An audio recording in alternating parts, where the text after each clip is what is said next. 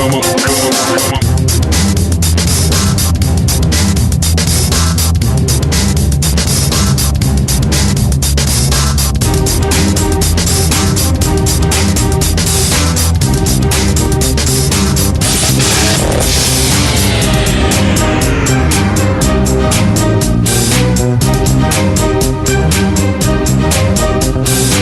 25 minutes before 9 o'clock. Thank you for tuning in this Thursday morning, September 11th, 2014. I've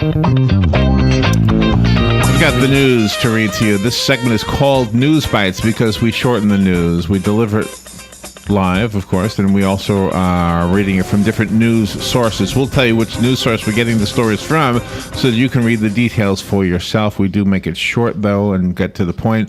Move on to the next story. It gives you a chance to hear in 25 minutes a load of stories that otherwise you might take all day trying to hear. And that way you can get on with your own life and live your own news. The first story is from the Associated Press and USA Today. I guess they teamed up on this one. South African athlete Oscar Pistorius was found not guilty this morning of premeditated murder in the shooting death of his girlfriend Reva Steenkamp, but the judge has not ruled out a possible manslaughter conviction. Judge Thankozile Masipia, reading a lengthy explanation of the evidence and charges, said state prosecutors failed to provide that Pistorius is guilty of either premeditated murder or second-degree murder, thus ruling out those charges. Seated in the dock, the 27-year-old Pistorius frequently sobbed and held his head in his hands as the judge issued her findings. The judge ordered a lunch break before finishing the reading of her verdict. She suggested that a manslaughter conviction was still possible. And real briefly, a quick update that was issued by ABC News just a moment ago while I was reading that, as a matter of fact, says that Oscar Pistorius, the judge, says she will read the rest of her judgment tomorrow. Oh, gosh. Homeland Security Secretary Jed Johnson said the government plans to give U.S. retailers a list of materials that can be used in explosives and asked them to look out for suspicious behavior as a way to combat domestic terrorism. Jed Johnson said the so-called homegrown or lone wolf attack, like last year's Boston Marathon bombing, was the hardest to detect and the one he worried about the most. He said his department would issue a public advisory to retailers this week, identifying the materials and suspicious behavior to look for in anyone buying large quantities of them, reported by Reuters. And this is from the Washington Post. President Obama's strategy to beat back Islamic State militants spread across Iraq and Syria will depend on far more than U.S. bombs and missiles hitting their intended targets. In Iraq, dissolved elements of the army will have to regroup and fight with conviction. Political leaders will have to reach compromises on the allocation of power and money in ways that have eluded them for years. Disenfranchised Sunni tribesmen will have to muster the will to join the government's battle. European and Arab allies will have to hang together. Washington will still have to tolerate the resurgence of Iranian-backed Shiite militias it once fought, and U.S. commanders will have to orchestrate an air war without ground-level guidance from American combat forces. A Gainesville, Florida prosecutor has been charged with video voyeurism. This is according to local authorities. Authorities say William R. Ezell allegedly recorded a woman at a tanning salon on September the 4th. According to incident accounts, the woman said she was in a tanning booth, mostly undressed and applying tanning lotion, when she saw a black cell phone above the partition between her booth and a neighboring one. She said it appeared as if someone in the neighboring booth was holding the cell phone. Once she noticed it, according to police reports, she began yelling for help.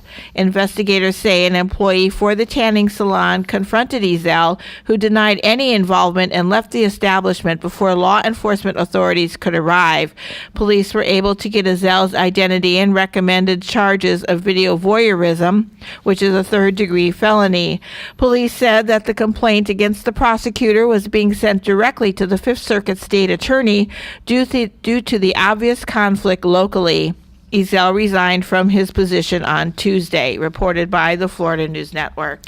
From Fox News, Richard Kiel, the towering actor best known for portraying steel-toothed villain Jaws in a pair of James Bond films, has died. He was 74 years old. Kelly Sanchez, Director of Communications at St. Agnes Medical Center, confirmed yesterday that Kiel was a patient at the hospital and died. Kiel's agent, Stephen Stevens, also confirmed his death. Both declined to provide further details. The 7'2" performer famously played the cable-chomping henchman who tussled with Roger Moore's James Bond in 1977's The Spy Who Loved Me and 1979's Moonraker. Bond quipped of the silent bad guy, "His name is Jaws and he kills people." Despite appearing in several other films and TV shows such as The Man from U.N.C.L.E. and The Longest Yard, the role of Jaws was an iconic one that Kiel could never escape. The continuing resolution that the House Appropriations Committee introduced yesterday and that the House Republican leadership is preparing to bring up for a vote on the House floor puts no limits on funding Planned Parenthood, the nation's largest abortion provider, or any provision of Obamacare, including the regulations that force Christian individuals and organizations to buy or provide health insurance that covers abortion-inducing drugs. The bill is clean and does not contain highly controversial provisions, says a press release put out by the Appropriations Committee, reported by CNS News. And this is from Business Week. Radio Shack Corporation, the struggling electronics retailer, said it is working with creditors and other parties to get more capital after posting another quarter of plunging same-store sales and mounting losses. The company is in advanced discussions about ways to revamp its balance sheet, including debt restructuring, a plan to consolidate stores, and other measures, according to a statement issued yesterday. The announcement follows a report from Bloomberg News that Radio Shack is talking to Standard General LP and UBS AG about borrowing money. Another possibility is a sale of the company, Radio Shack said, noting that if its restructuring efforts fail, it may be required to seek bankruptcy. The Cuban government on Tuesday denounced the systematic worsening of the U.S. economic embargo, the impact of which Havana calculated at more than $1.1 trillion, taking into account the depreciation of the dollar against the international price of gold since being imposed on the island in 1962. The embargo is a genocidal and vile act with an extraterritorial dimension, given that the United States is trying to impose it on developing countries. Deputy Foreign Minister Abelardo Moreno said this statement in presenting the Cuban government's annual report to the United Nations on the U.S. sanctions, reported by Fox News.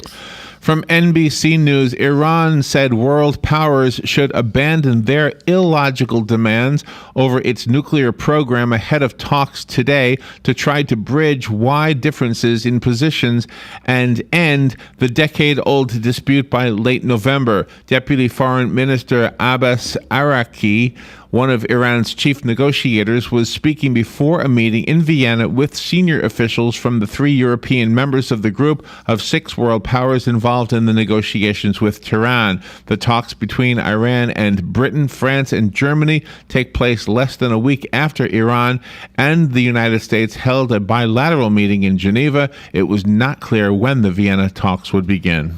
Secretary of State John Kerry said yesterday that neither the United States nor the rest of the world will stand by and watch the Islamic State militant group spread its evil. This is a fight that the Iraqi people must win, but it's also a fight that the rest of the world needs to win. It's a fight in the United States and the rest of the world needs to support every step of the way. Kerry was in Baghdad to meet with Iraq's new leaders and pledge U.S. support for eliminating the extremist group and the threat it poses, reported by the Las Vegas Sun. All right, about a few seconds before we have to go to a weather break.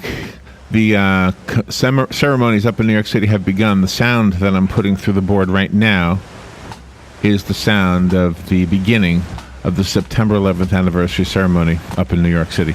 We'll take a little break. We'll be right back.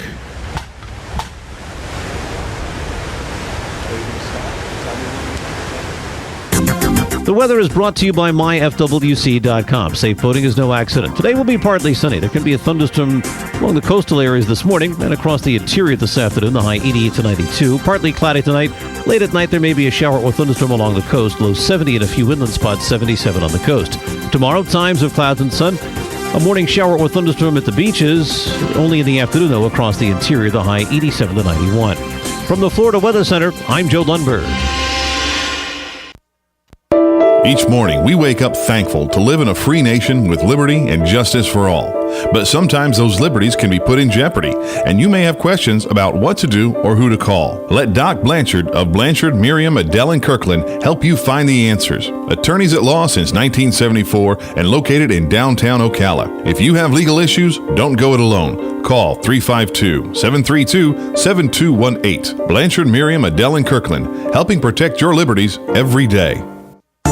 You've got a garden and we've got a show for you called You've Got a Garden with your host, Master Gardener Carol Ann Baldwin.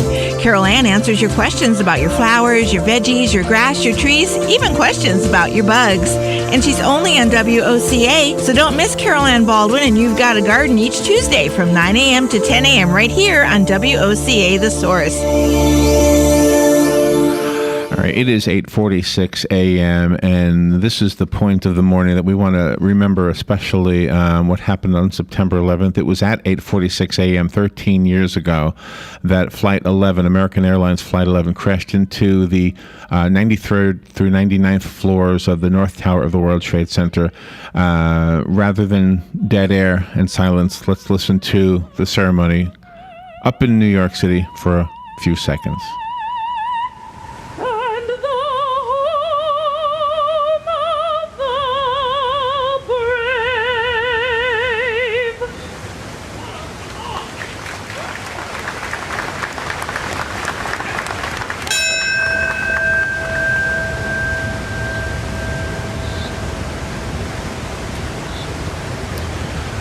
The ringing of the bell to remember the almost 3,000 people who died on that day. All right, let's continue with News Bites. And my goodness, I had to get that. That was live, by the way, off of the streaming cast. Thank you, Patsy. Good morning, Patsy. Today's Robin's birthday. All right, here's one story from the September 11th news from the Associated Press. A solemn reading of the names, moments of silence to mark the precise times of tragedy, stifled sobs of those still mourning as the nation pauses today to mark the 13th anniversary of the September 11th, 2001 terror attacks. Little about the annual ceremony at Ground Zero has changed, but so much around it has. For the first time, the National September 11th Museum, which includes gut-wrenching artifacts and graphic photos of the attacks, will be open. Fences around the Memorial Plaza have come down, integrating the sacred site more fully with the streets of Manhattan while completely opening it up to the public and camera-wielding tourists. A new mayor is in office, Bill de Blasio, one far less linked to the attacks and their aftermath than his immediate predecessors. And finally, a nearly completed One World Trade Center has risen 1,776 feet above Ground Zero and will be filled with office workers by this date in 2015. Another sign that a page in the city's history may be turning. For some who lost loved ones in the attacks, the increasing feel of a return to normalcy in the area threatens to obscure the tragedy that took place there and interfere with their grief. Scientists say an extreme solar flare is blasting its way to Earth and could mess up some power grids, satellites, and radio transmissions. Forecasters at the Space Weather Prediction Center do not yet know when yesterday's solar storm will arrive here and which part of the planet will be facing the sun and bear the brunt of the effects. It could be as early as today to a few days. Prediction Center Director Tom Berger said scientists will have a better idea after they get more satellite data. The flare is considered extreme on forecasters' scale, but just barely. Flares like this cause geomagnetic storms, which can knock some power grids offline temporarily. They also can damage satellites and disrupt radio transmissions, but they expand the colorful northern lights, reported by ABC. And also this is from the Associated Press. Missouri women seeking abortions will face one of the nation's most stringent waiting periods after state lawmakers overrode the governor's veto to enact a 72-hour delay that includes no exception for cases of rape or incest. The new requirement will take effect 30 days after yesterday's vote by the Republican-led legislature overruling the veto of Democratic Governor Jay Nixon. He had denounced the measure as extreme and disrespectful toward women. The abortion bill was one of the most prominent Republican victories in a record-setting September session, during which Missouri lawmakers also overrode 47 line-item budget vetoes and 8 other bills, including one creating a training program for teachers to carry guns in schools. A new study of cetacean pelvic bones reveals how pleasing the ladies gave some male ocean mammals a reproductive edge. It's hard to imagine what a dolphin or a whale needs a pelvic bone for.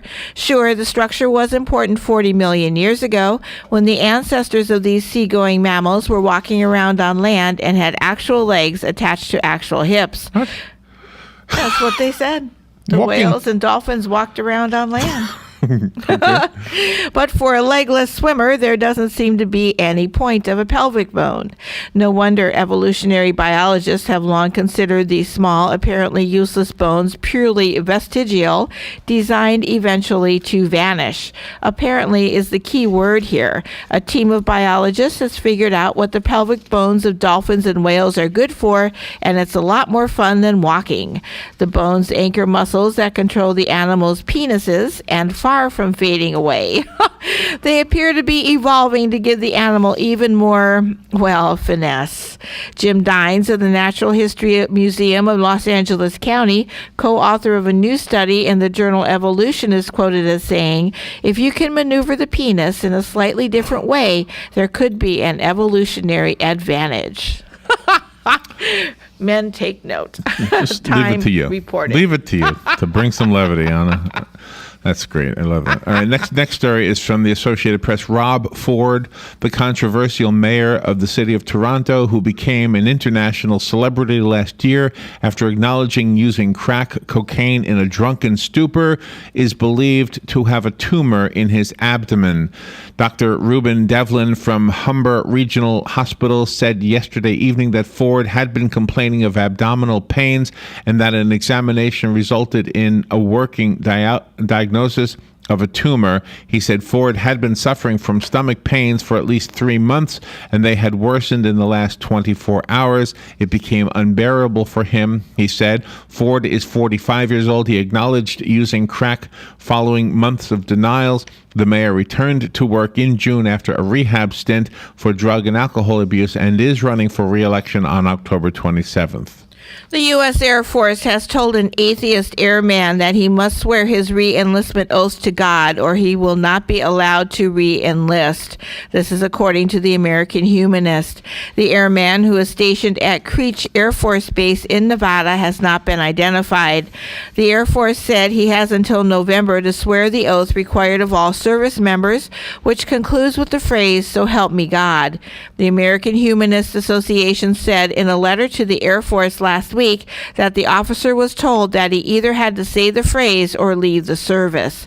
The airman has previously crossed out the phrase in a written contract and refused to say it out loud, and was told August the 25th that the contract would therefore not be accepted for re-enlistment, reported by The Guardian. And this story from the Associated Press was issued at 8:41 a.m., which is just about 13 minutes ago. Syrian government airstrikes, including one on a crowded sheep market, killed at least 11 people this morning in a northern town controlled by the Islamic State group. After largely ignoring the rise of the al-Qaeda splinter group over the past year, President Bashar Assad's Air Force has begun to target Islamic State militants more regularly since the extremist faction seized control of much of northern Syria and a large part of neighboring Iraq in June. Two activist groups, the Aleppo Media Center and the Syrian Observatory for Human Rights, said Tuesday's airstrikes struck the town of Albib and Aleppo province. The Britain-based observatory said at least 11 people were killed and more than 17 wounded. I think the reference to Tuesday is probably meaning to say Thursday. It's probably today. The AMC put the death toll at 19 and said another 20 were wounded. If it was not possible to reconcile the difference in casualty figures, but numbers frequently vary in the chaotic aftermath immediately following attacks. Ripley's Believe It or Not has wrapped up its second annual Strange Mail contest, and the judges have put their stamp of approval on the winning entries. The goal was to try and send the strangest item possible to Ripley's Believe It or Not corporate offices in Orlando using the U.S. Postal Service. The catch was that no packaging of any kind was allowed. The postage had to go right on the item. Ripley's fans rose to the challenge. This year's winning entry is an actual tree trunk with a horseshoe embedded in it. The item was the heaviest entry and the one of the most expensive to send at $30.45. Edward Meyer, Ripley's vice president of exhibits and archives, said the tree trunk was not only an unbelievable entry because of its size and weight, but also because of its uniqueness. It's a true Believe It or Not worthy of becoming a Ripley's Museum exhibit. Other notable entries included a life-size self-portrait doll, an inflatable pink flamingo, a traffic cone, a 1949 newspaper containing Robert Ripley's death announcement, a giant wall fan, and a variety of fruits and vegetables. Robert Ripley once received more than 1 million letters in a single year, including letters written on wood, glass, rocks, bone, and even a grain of rice. Some of the best items received in the Strange Mail contest will end up on display at Ripley's auditoriums. For the record, there was a total of 198 items received in this year's competition, sent from 22 states and 5 countries, reported by the Florida News Network. And from ABC News, a 4-year-old girl has died of complications from E. coli, while her 5-year-old friend remains in critical condition, also infected with E. coli, according to a lawyer for the girl's family. Serena Prophet of Otis, Oregon, was gone in the blink of an eye, according to a statement made by her aunt. Alicia Hargett Prophet said a nurse pulled the family aside and said, "Mother to mother, everything should be okay," but the little girl was brain dead about 12 hours later. Serena shared a sandwich with a 5-year-old boy during a Labor Day weekend gathering on Saturday, August 30th, but it's not clear whether the sandwich carried the deadly bacteria.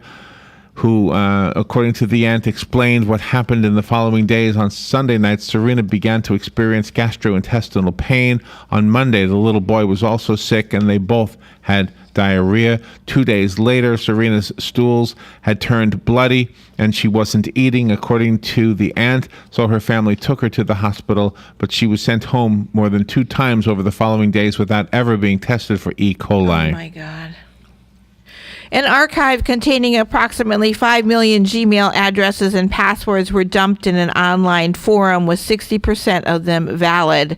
We can't confirm that it is indeed as much as 60%, but a great amount of the leaked data is legitimate, said Peter Cruz, the Chief Technology Officer of CSIS Security Group. The user, identified only by the online name TV Skit, posted the data to a Bitcoin security forum, reported by UPI. Sorry. All right, and I thought maybe I could have some sound from the ceremony up in New York to use as we get out of this segment here. One more story, I guess. This is from CNN. 2 men shocked at what they saw described an unarmed teenager with his hands up in the air as he was gunned down by a police officer. They were contractors doing construction work in Ferguson, Missouri on the day Michael Brown was killed. And the men, who asked not to be identified after CNN contacted them, said they were about 50 feet away from Officer Darren Wilson when he opened fire. An exclusive cell phone video captures their reactions during the moments just after the shooting. He had his hands up, one of the men says in the video. The men told CNN he heard one gunshot and then another shot about 30 seconds later. Wow. All right, we'll take a little break. Robin, how many stories were we able to get into today? 21. Veterans News is up next on this 13th anniversary from the tragic events of September 11th, 2001. We have a big special scheduled for later on in the morning. Right now, we'll take a little break and be right back. This is The Source, WOCA Ocala. Broadcasting from the Paddock Mall Studios, this is WOCA, Ocala, Gainesville, The Villages, 1370 AM, 96.3 FM, The Source. Fox News Radio, I'm Lillian Wu. A reading of names this morning at Ground Zero in New York City as we remember those we lost 13 years ago on 9/11. Other ceremonies today as well, including at the Pentagon, where the flag that was draped over that building after the 9/11 attacks was unfurled again this morning at dawn. The president will lay a wreath at the Pentagon later this morning. Fox's Rick Leventhal at Ground Zero. The president outlining his plan to go after a militant threat. ISIL is a terrorist organization, pure and simple. And it has no vision other than the slaughter of all who stand in its way. In last night's primetime address, saying he's authorizing U.S. airstrikes inside Syria, expanding airstrikes in Iraq. And a judge in South Africa saying Olympian Oscar Pistorius was negligent in the killing of his girlfriend. This raises a possibility of a culpable homicide conviction. Fox News. We report, you decide.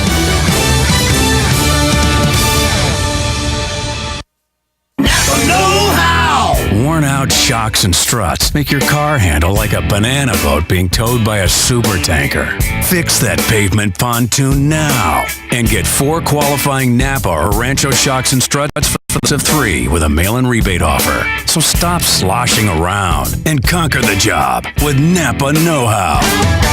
Mail-in rebate offer for Visa prepaid card in the amount of the lowest cost unit at participating Napa Auto Parts stores. Offer expires 10/31/14. At the Home Depot, buy 1 or more pallets of GAF Royal Sovereign 3-tab shingles and save up to 20%. Let's raise the roof, but lower the cost with bulk pricing on GAF, America's #1 shingle, featuring advanced protection technology. This is worth shouting from the rooftops. Let's do this. Up to 20% off.